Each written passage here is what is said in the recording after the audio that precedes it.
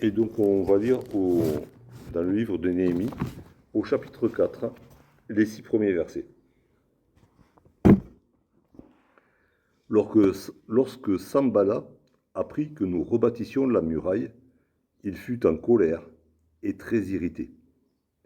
Il se moqua des Juifs et dit devant ses frères et devant les soldats de Samarie, « À quoi travaillent ces Juifs impuissants?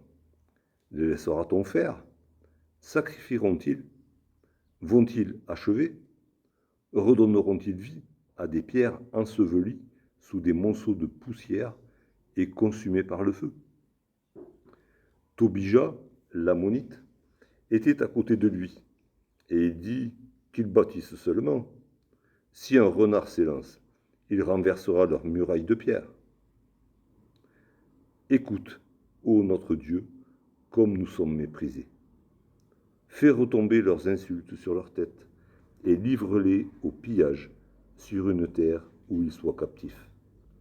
Ne pardonne pas leur iniquité, et que leurs péchés ne soient point effacés de devant toi, car ils ont offensé ceux qui bâtissent. Nous rebâtîmes la muraille, qui fut partout achevée jusqu'à la moitié de sa hauteur. Et le peuple prit à cœur ce travail. Alors, il y a deux personnages dont il est question là, Sambala et Tobija, dont il avait été déjà question au début du chapitre 2. Hein, alors, Sambala, là c'est pas précisé, il était moabite. Et Tobija, là c'est encore précisé, c'est un ammonite.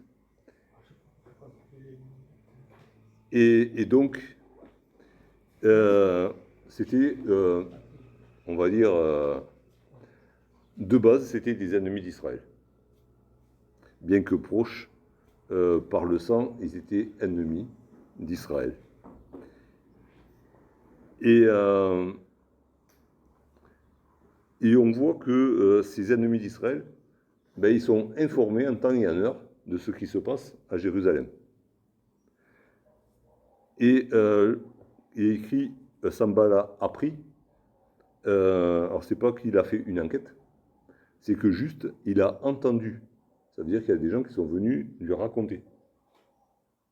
Et il y a toujours des rapporteurs hein, qui vont colporter des nouvelles, plus ou moins vraies. Là pour le coup c'était vrai. Hein. Mais Sambala n'a même pas eu besoin de se déplacer. Il y a des gens qui sont venus lui apporter des informations. Les Juifs ont commencé à rebâtir la muraille. Et il est dit qu'il a été, alors ça, en français peut-être on ne l'écrirait pas comme ça, hein, ça fait un peu redondant, mais il dit il fut en colère et très irrité. Alors en colère, littéralement ça veut dire furieux. Et ça l'a rendu fou furieux d'entendre ça. Et le mot qui est ici traduit par irrité, ailleurs il pourrait être traduit par vexé, indigné. Et en fait, ça montre que pour Sambala, c'est une affaire perso. Ça le touche personnellement, le fait que ces Juifs, ils commencent à bâtir la muraille. Il en fait une affaire personnelle. Et on va le voir tout au long du livre, c'est une affaire personnelle, il ne va pas lâcher l'affaire. Hein. C'est pas, et du coup, on voit bien, parce qu'il va essayer de manœuvrer, c'est pas qu'il est sensible aux intérêts de l'Empire ou de l'empereur. Ce qui l'embête, c'est juste que les Juifs puissent reconstruire. Ah, ça l'embête lui personnellement. Donc il est en colère et très irrité. Et du coup, au verset 2, il dit qu'il se moque des Juifs. Et c'est intéressant, le verbe se moquer, c'est se moquer ou les moqueurs. Dans la Bible, c'est un mot qui revient très souvent dans l'Ancien Testament. Et c'est synonyme d'homme violent, c'est synonyme de feu, hein, celui qui se moque, qui veut allumer un feu. Ça fait, dans certains versets, ça a une connotation de parasite. Hein, le moqueur, et là, il parasite tout. hein, mais pour son avantage. Le moqueur est traité de fou dans la parole de Dieu. Et aussi, j'imagine, de commenter une personne qui est fonctionnée dans les affaires des autres. Ouais, c'est.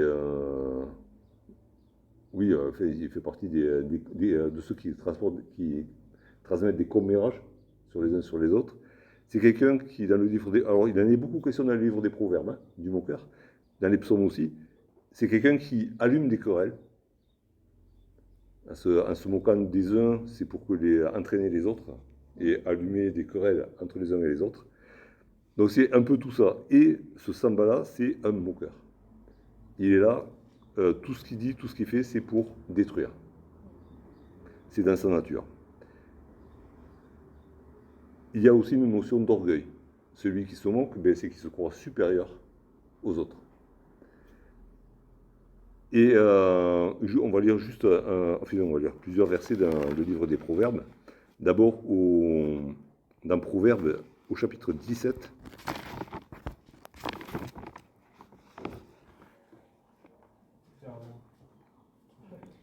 C'est un peu après. Proverbe 17. 17 ? Ouais, Proverbe 17.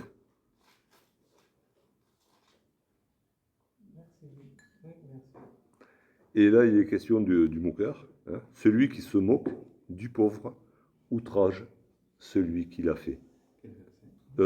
5, verset 5, pardon. Proverbe 17, verset 5. 23. Oui. 5, d'accord. Allez, ok. Donc, celui qui se moque du pauvre outrage celui qui l'a fait. Celui qui se réjouit d'un malheur ne restera pas impuni. Et il est question ici du moqueur qui se moque du pauvre. Et que dit la parole? Celui qui se moque du pauvre insulte Dieu. Parce que c'est Dieu qui a créé et le riche et le pauvre. Et celui qui se moque de quelqu'un insulte directement Dieu. C'est quelque chose qu'on va retrouver dans ce passage aussi. Mais du coup, là, il est question, que fait Dieu par rapport au moqueur? Et toujours dans le livre des Proverbes, au chapitre 23,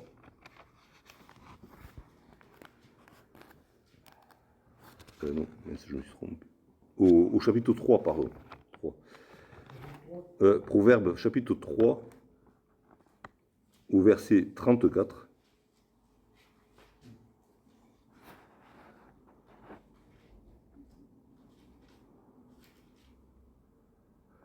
Il est écrit, Dieu, se moque des moqueurs, mais il fait grâce aux humbles. Donc Dieu rend la moquerie au moqueur. Dieu est attentif à celui qui est humble, mais il méprise celui qui méprise les autres. Et c'est important de s'en souvenir. Et ça va nous éclairer aussi sur ce qui est écrit un peu plus loin. Donc il se moque des Juifs. Et où est-il quand il fait cela? Bon, il est avec ses frères, donc avec des Moabites, et les soldats de Samarie. Alors on savait déjà qu'il y avait les Moabites qui étaient contre les Israélites, il y avait les Ammonites, maintenant, il y avait aussi les Arabes. Maintenant, en plus, il y a ceux de Samarie. Ça commence à faire du monde. Hein. Les Hébreux qui sont en train de reconstruire, ils sont bien encerclés par plein de gens qui leur veulent du mal. Et du coup, il faut quand même le garder en mémoire. C'est un chantier à haut risque. Hein. Il y a beaucoup de choses à faire, et en même temps, tout autour, il y a, au lieu d'avoir de l'aide ou des encouragements, il n'y a que des ennemis qui leur veulent du mal. Et donc, il est là, c'est peut-être, ils sont en train de manger, je ne sais pas, et il dit, à quoi travaillent ces Juifs impuissants? Impuissant, le mot qui est hébreu qui est là, ben, ça veut dire ce que ça veut dire sans force, ça veut dire qu'ils sont abattus, languissants, flétris, il est question des fleurs qui sont flétries, tristes, ruinées, desséchées.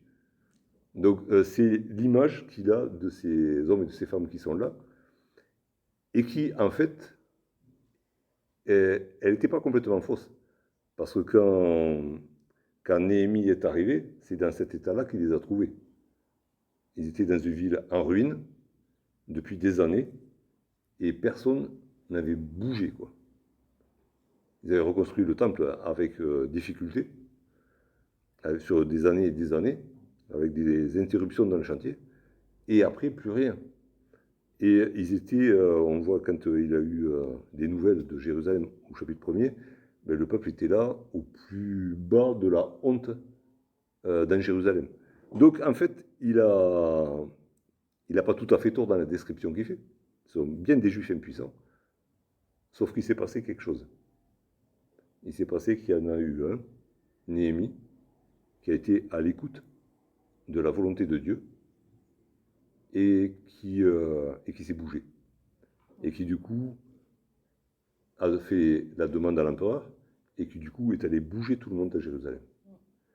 Et ça, Sanballat, il n'a pas encore enregistré. Il en est resté à quelques jours avant. Mais la situation a évolué. Et puis, en fait, d'un côté, il n'a pas tort non plus. Ces juifs, ils sont vraiment impuissants. Mais qu'est-ce qui leur donne la force? C'est la présence de Dieu. C'est le fait que Dieu a mis ça au cœur de Néhémie et qu'il a aidé Néhémie dans sa démarche et qu'il a comblé tous les vœux de Néhémie. Donc oui, ils sont impuissants, mais Dieu travaille avec eux et pour eux. Les laissera-t-on faire? Ben, c'est juste une question rhétorique là. On ne va pas les laisser faire. Hein, on va se mettre en travers de leur chemin. Sacrifieront-ils? J'ai vérifié le verbe sacrifier qui est employé là, dans le Lévitique qu'on a étudié récemment, ça fait référence au sacrifice d'action de grâce, uniquement. Donc ça veut dire, est-ce qu'ils vont arriver à finir leur travail et est-ce qu'ils vont du coup offrir des sacrifices à Dieu pour le remercier d'avoir béni leur travail? Donc c'est la question qui se pose, elle est violente pour lui. C'est que s'ils en arrivent là, ça veut dire que lui aura échoué, quoi. Et que eux auront réussi dans leur entreprise. Encore une fois, pour lui, c'est une affaire personnelle. Il ne peut pas tolérer ça. Vont-ils achever? Hein, c'est la question qu'il aurait pu mettre avant sacrifieront-ils. Hein, mais bon, il est un peu dans le désordre. Hein. Il est bien irrité et en colère. Donc quand tu es irrité et en colère, des fois la logique, elle n'y est pas tout à fait. Mais voilà. Vont-ils achever? Et dans certaines traductions, vont-ils achever aujourd'hui? En un jour. Parce qu'ils ont démarré tellement vite que il sent qu'il a déjà une longueur de retard. Redonneront-ils vie à des pierres ensevelies sous des monceaux de poussière et consumées par le feu?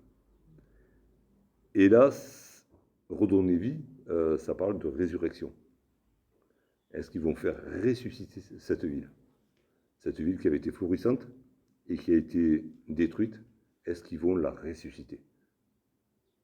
Et la résurrection, c'est juste quelque chose d'impossible dans l'esprit humain.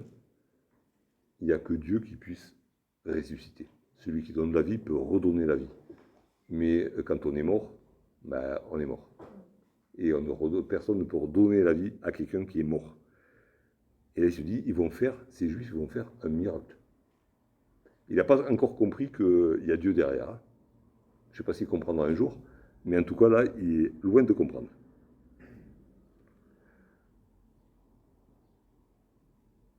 Et son compère, Tobija l'Ammonite, il se renchérit. Ben, il était à côté de lui, hein, c'est un bon pote.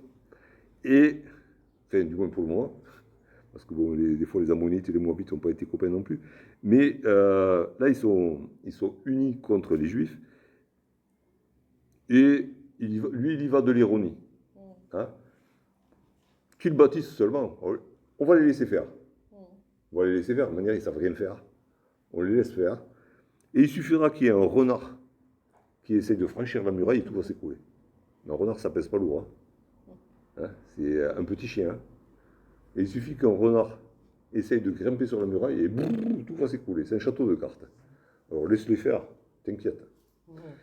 Sauf que ça a l'air comme ça, tranquille. Mais bon, c'est un mépris sans nom. Ils savent absolument rien faire. Ils vont arriver à rien. Et il suffira de rien du tout pour les anéantir de nouveau. Et là, quand même, on voit, il y a comme une contradiction, quand même. C'est que, d'un côté, ils méprisent les Juifs au plus haut point. Et ils les disent incapables de faire quoi que ce soit. Et de notre côté, mais ils sont en colère au plus haut point. Parce qu'ils sentent qu'il y a quelque chose qui leur échappe. Que ces Juifs qui ne savent rien faire, ben, ils vont faire quelque chose. Donc il y a un petit peu cette ambivalence, cette contradiction hein, chez ces ennemis des Hébreux. D'un côté, ils les méprisent, et on ne peut pas les mépriser davantage. Et d'un autre côté, ils en ont peur. Et c'est quelque chose qu'on retrouve dans tout l'Ancien Testament, de toute manière. Il y a ce mépris pour le peuple de Dieu, et en même temps, la crainte qui les inspire, parce que quand ils marchent selon la parole de Dieu, ben, ils font des choses incroyables. Il fait noyer son chien qu'il a la page. Oui, si tu veux, mais c'est surtout, ouais, on trouve toujours un beau prétexte pour se débarrasser de quelqu'un, mais là c'est vraiment, il y a cette contradiction qu'on retrouve dans... tout le monde avait peur des Hébreux quand ils sont sortis d'Égypte, parce qu'ils savaient ce que Dieu avait fait aux Égyptiens. Mais en même temps, ils sont très rares, ceux qui sont allés au-devant d'eux pour demander la paix. Hein, ils avaient peur, mais en même temps, ils ne voulaient pas se lier à eux. Ils savaient que Dieu était avec eux, mais eux ne voulaient pas se lier avec les serviteurs de Dieu. Donc et on retrouve un peu la même chose par rapport à l'Église aujourd'hui. On est méprisé. Et en même temps, on est des références. Parce que on doit être des références, déjà, mais nos actions, nos paroles, ben, elles sont analysées. Alors, ça conduit au mépris d'un côté, et en même temps, ça ferme des bouches de l'autre.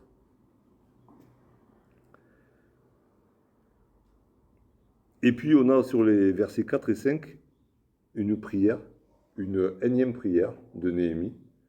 Et on voit que Néhémie, tout en étant un homme d'action, ou parce qu'il était un homme d'action, c'était un homme de prière. Ou le contraire, je ne sais pas. Parce que c'était un homme de prière, c'était un homme d'action. Mais en tout cas, il fait les deux, tout le temps. Et alors du coup, Néhémie est informé de ce qui se passe chez les voisins aussi. Et c'est fou tout ceci, de toute manière. Et il prie Dieu. Et cette prière-là, à première vue, elle peut nous choquer. Parce qu'il demande que Dieu les punisse, que Dieu ne pardonne pas leurs péchés. Il demande des choses très violentes. Hein, l'exil, le pillage, enfin, quelque chose qui pourrait nous choquer, enfin, qui peut choquer à la première lecture. Sauf que, comme on l'a lu dans les livres des Proverbes, Dieu méprise le moqueur. Et en fait, comme dans la prière de Néhémie qu'on avait lu au chapitre 1er, Néhémie, ici, s'appuie encore une fois sur ce qu'il connaît de la parole de Dieu. Et en fait, c'est un peu comme s'il disait à Dieu, puisque tu as dit que tu méprisais le moqueur, ben, méprise-les, eux. Tu l'as dit, hein, c'est écrit dans le livre des Proverbes, que tu méprises le moqueur, ben, puisqu'ils se sont moqués de nous, méprise-les. moque-toi d'eux. Et il énumère des choses, fait retomber leurs insultes sur la tête, livre au pillage sur une terre où ils soient captifs, ne pardonne pas leur iniquité et que leurs péchés ne soient pas effacés de devant toi. Car ils ont offensé ceux qui bâtissent. Et si on se réfère, on va le lire, hein, au livre des Proverbes, il est question et des Moabites et des Ammonites et du destin que Dieu leur prépare à cause de leurs actions. Et donc on va lire d'abord dans le livre du prophète Jérémie, Jérémie au chapitre 48. Et donc ici, c'est une prophétie sur le peuple de Moab, donc le peuple d'où était issu Sanballat. Et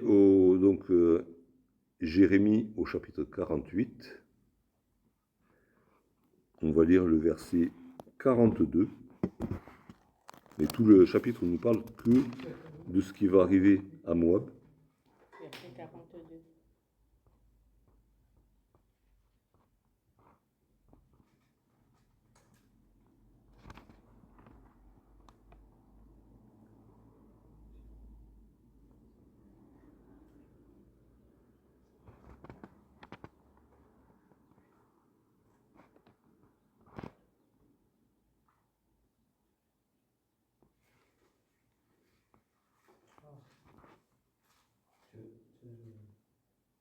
Il y a combien 48, 48, 42. verset 42. Ah, j'ai été prêt. Après, ils s'en vont.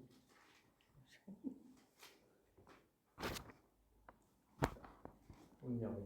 Oui, il n'y a pas le feu. Hein. Toute la soirée pour arriver à demain. 48, 42. Voilà.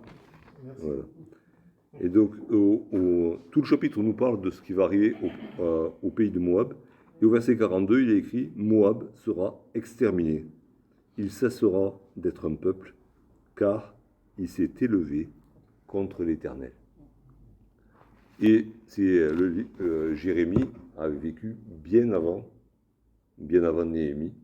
Et Néhémie connaissait certainement cette prophétie du prophète Jérémie. Et il s'appuie sur cette prophétie pour demander à Dieu de punir ce peuple-là, qui s'est moqué des Hébreux qui construisaient, mais surtout qui du coup s'est directement moqué de Dieu.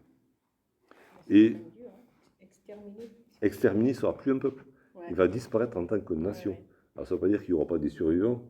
Et Dieu a toujours fait grâce à celui qui se tourne vers lui, quelle que soit son origine, mais en tant que nation, elle va disparaître, rayée de la carte, pour toujours. Et oui, ce qui est le cas aujourd'hui. Hein. Voilà. Bon, d'autres nations ont disparu, mais il y a des nations qui, malgré les guerres, les massacres, les persécutions, existent encore aujourd'hui. Il y a eu des déportations, tout ce qu'on veut, mais il y a des peuples antiques qui existent encore aujourd'hui. Même s'ils ont subi des choses pas possibles, les mêmes choses, on va dire, que le peuple d'Israël, ils existent encore aujourd'hui. Moab, rayé de la carte. Ouais. Et concernant donc, les Ammonites, on va aller dans le livre du prophète Ézéchiel. Ézéchiel, c'est après Jérémie.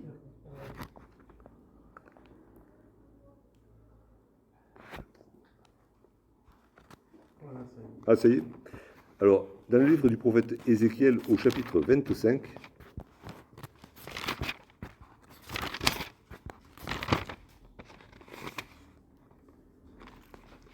et au verset 10,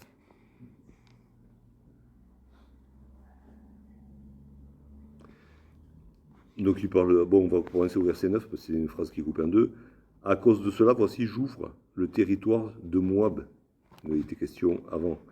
Du côté des villes et de ces villes frontières, l'ornement du pays, Beth Jeshimoth, Baal-Méon et Kirjataïm, je l'ouvre aux fils de l'Orient qui marchent contre les enfants d'Ammon, et je leur donne en possession, afin que les enfants d'Ammon ne soient plus comptés parmi les nations. Encore une fois, une nation qui va disparaître Ouais. parce qu'elle s'est élevée contre l'Éternel. Et Néhémie connaissait aussi certainement la prophétie du prophète Ézéchiel. Et c'est intéressant parce qu'il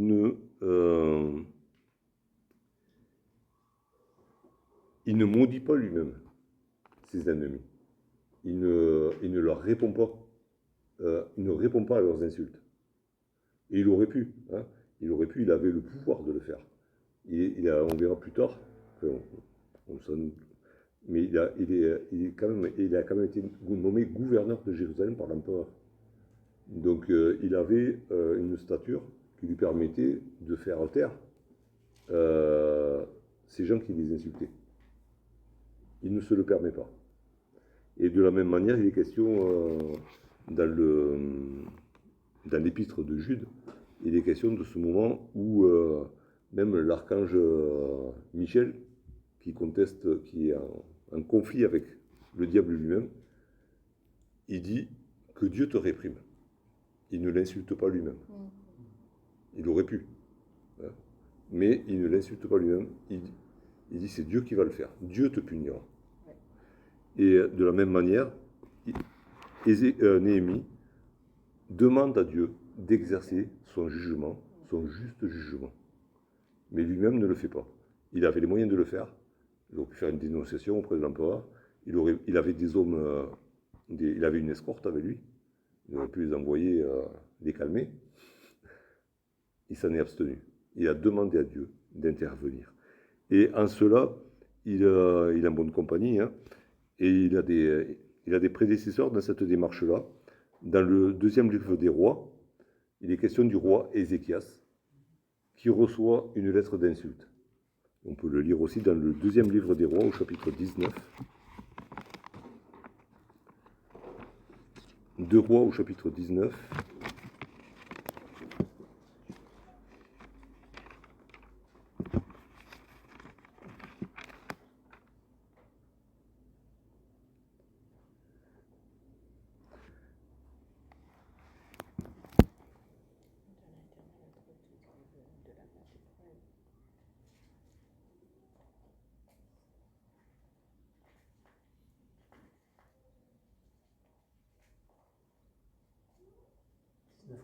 combien 19, le verset Tu as dit 2,19. 14.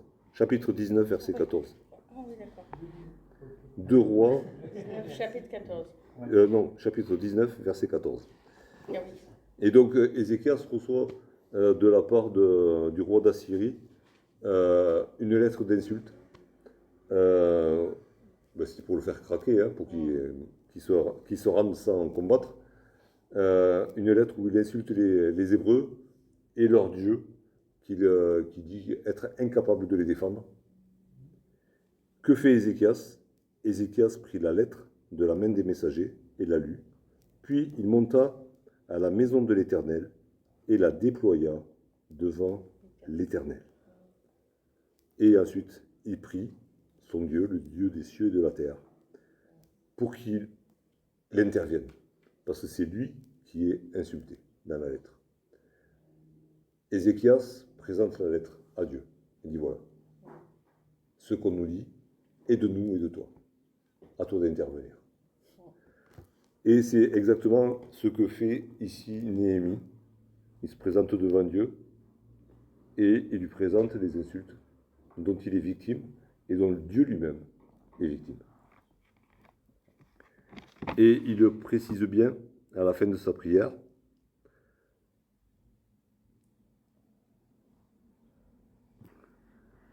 Ils ont offensé ceux qui bâtissent.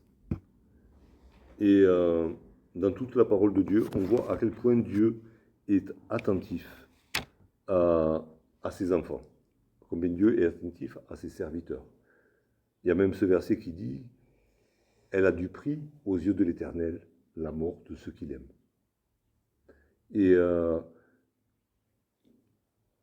Et on a une illustration de cette chose-là. Dans le livre de Samuel, on ne va pas le lire, mais à un moment donné, le roi David envoie une ambassade chez un roi qui vient d'être couronné pour le féliciter. Et puis ce roi, il comprend, il croit qu'il y a une manœuvre derrière et il humilie cette ambassade. Hein, physiquement, il les humilie et il les renvoie un peu nus et malmenés. Et du coup, David, qui avait envoyé cette ambassade, ben, il va agir en conséquence. Hein, il va protéger l'honneur de ces hommes qu'il a envoyés et il va punir le roi qui a fait ces choses-là. Et de la même manière, Dieu est attentif à ce que le monde peut faire à ceux qui l'aiment, à ceux qui veulent le suivre, à ceux qui l'écoutent. Il est même aussi question dans l'Apocalypse, hein, il y a la voix des martyrs qui sortent de l'autel et qui réclament vengeance, et Dieu répond. Donc, Néhémie est tout à fait dans le on va dire, dans le move, hein, de la pensée de Dieu. Même si cette prière peut sembler à la première lecture violente et déplacée, on va dire, par rapport à ce que on connaît de Dieu, qui est un Dieu d'amour et de pardon, mais Dieu est aussi un Dieu de justice, qui ne laisse pas le péché impuni. Et Néhémie le sait. Et là, il se confie dans le Dieu de justice, qui va rendre justice quand il le voudra. Et après cette prière, qu'est-ce qui se passe?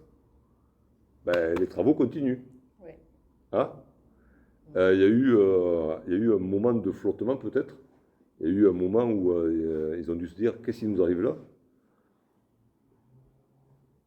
Et ça continue, nous rebâtîmes la muraille.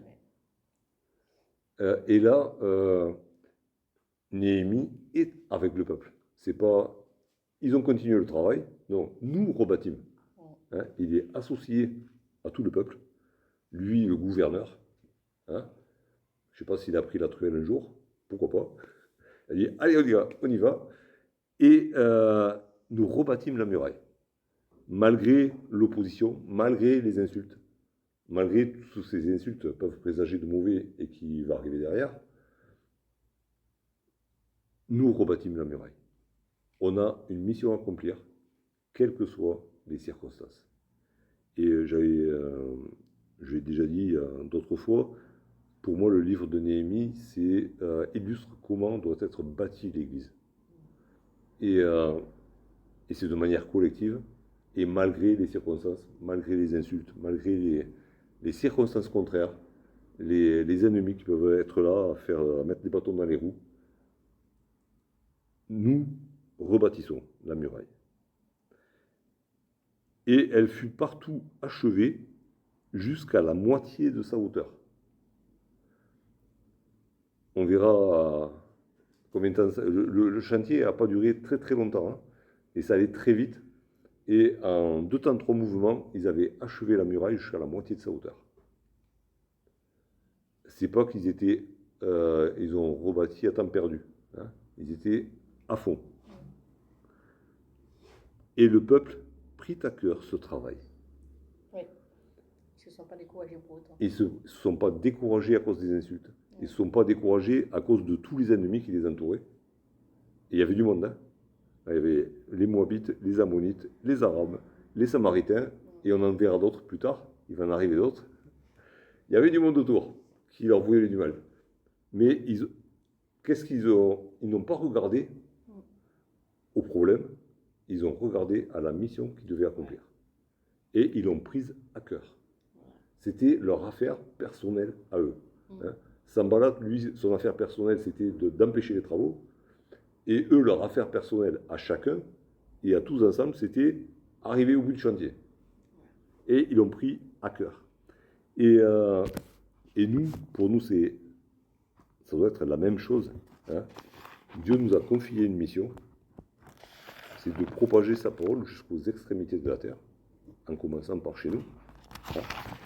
Et on reste accroché à cette mission, quels que soient les contradicteurs, quelle que soit l'opposition qu'il puisse y avoir, on continue à bâtir.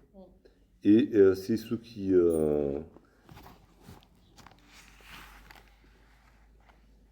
il y a des promesses là-dessus, et c'est ce qu'ont fait les apôtres. Et je propose de lire d'abord un verset dans le livre de l'Apocalypse. Dans Apocalypse au chapitre 3. C'est dans les lettres que l'Esprit envoie aux églises. Apocalypse au chapitre 3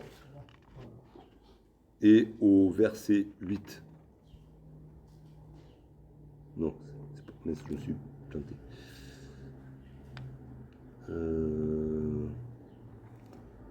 J'ai dû me tromper de chapitre. Non, c'est pas ça. Et question. Ah oui, non, mais c'est bon, ça va. C'est juste que je lisais au chapitre 6, au verset 6, en disant 8. Non, c'est bien 3. Ouais, chapitre 3, verset 8. Verset 8. Okay. Jésus dit à l'église de Philadelphie, je connais tes œuvres. Voici parce que tu as peu de puissance et que tu as gardé ma parole et que tu n'as pas renié mon nom. J'ai mis devant toi une porte ouverte que personne ne peut fermer.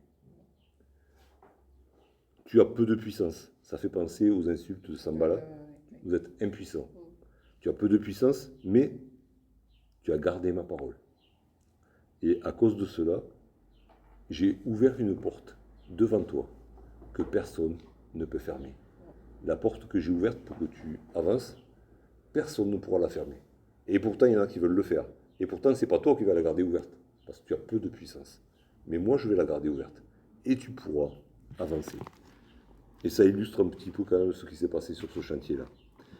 Et Paul, dans la première épître qu'il écrit aux Corinthiens, il parle de ses projets. 1 Corinthiens au chapitre 16. C'est à la fin.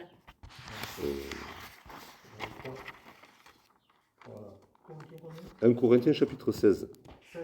16. Les versets 8 et 9.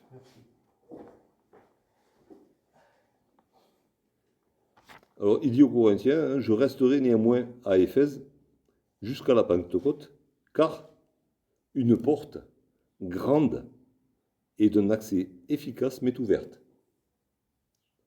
Ça, c'est bien. C'est encourageant. Ça fait référence à la porte que Dieu dit à l'église de Philadelphie, je l'ai ouverte, grande ouverte devant toi. Et la fin du verset dit quand même, et les adversaires sont nombreux. Ok ? Il y a toujours ces deux aspects dans la vie du chrétien, dans la vie de l'Église. C'est Dieu qui ouvre la porte parce qu'il a ordonné une mission et que la mission va s'accomplir. Quelle que soit, ça peut se décliner de différentes manières, hein, mais la porte est grande ouverte parce que Dieu l'a ouverte pour ceux qui veulent travailler pour lui. Mais à chaque fois, dans l'Apocalypse, c'était tu as peu de puissance. Peu de puissance par rapport à qui ? Par rapport aux ennemis. Hein. Et là, l'apôtre Paul lui dit, la porte est grande ouverte, d'un accès efficace. Hein, donc, ça ne tourne pas autour du pot, on peut y aller, quoi. Et les adversaires sont nombreux. Donc, les deux vérités coexistent tout au long de l'histoire du peuple de Dieu, que ce soit dans l'Ancien Testament ou dans le Nouveau Testament. Dieu ouvre la porte, mais les adversaires sont toujours là. Dieu donne l'ordre de mission, mais il ne fait pas disparaître ni les adversaires, ni l'adversité. Et pour conclure, je propose de lire... Il a dit, c'est la fin. Hein. En fait, c'est dit qu'il continue, car il travaille à l'œuvre du Seigneur, tout comme moi, en fait, tout comme... Comme Paul, ouais. Oui, Oui, mais c'est-à-dire que... il fait ce que le Seigneur a demandé de faire, oui, voilà. Malgré les circonstances. Néhémie, quoi. Ouais. Comme Néhémie, voilà. Il tient à la parole. Toujours. Et pour conclure, je propose de lire deux, trois versets dans l'épître aux Romains, juste avant Corinthiens. Romains au chapitre 5. les versets 3 à 5. Quel chapitre? Romains 5. 5. 5. 5. La pleine main. Mhm.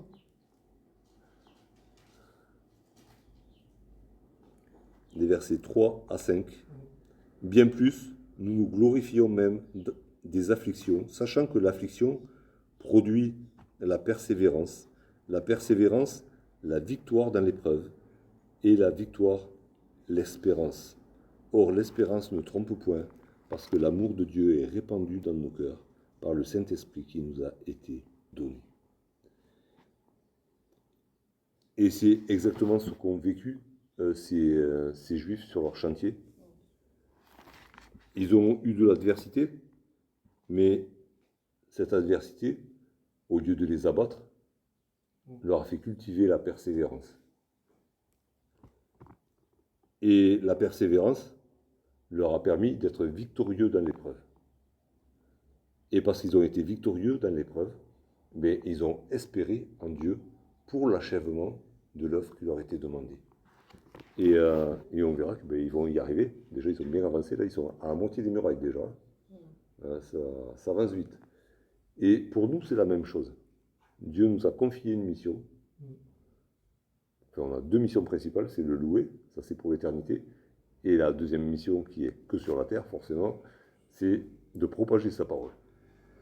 Et dans ces deux missions, on va trouver de l'affliction, des choses qui vont nous attrister, des choses qui vont nous contrarier. Mais si on ne baisse pas les bras, le fait de faire face à l'affliction va développer en nous la persévérance. On va muscler notre persévérance. Et en persévérant, on va être victorieux. Et étant victorieux, on va renforcer notre espérance. Puisque Dieu a répondu une fois en nous délivrant, en nous donnant la victoire. Il le fera encore et toujours. C'est sa promesse. Et c'est en nous basant sur sa promesse qu'on pourra accomplir l'œuvre qu'il nous a demandé, qu'on pourra mener notre vie comme lui nous l'a demandé.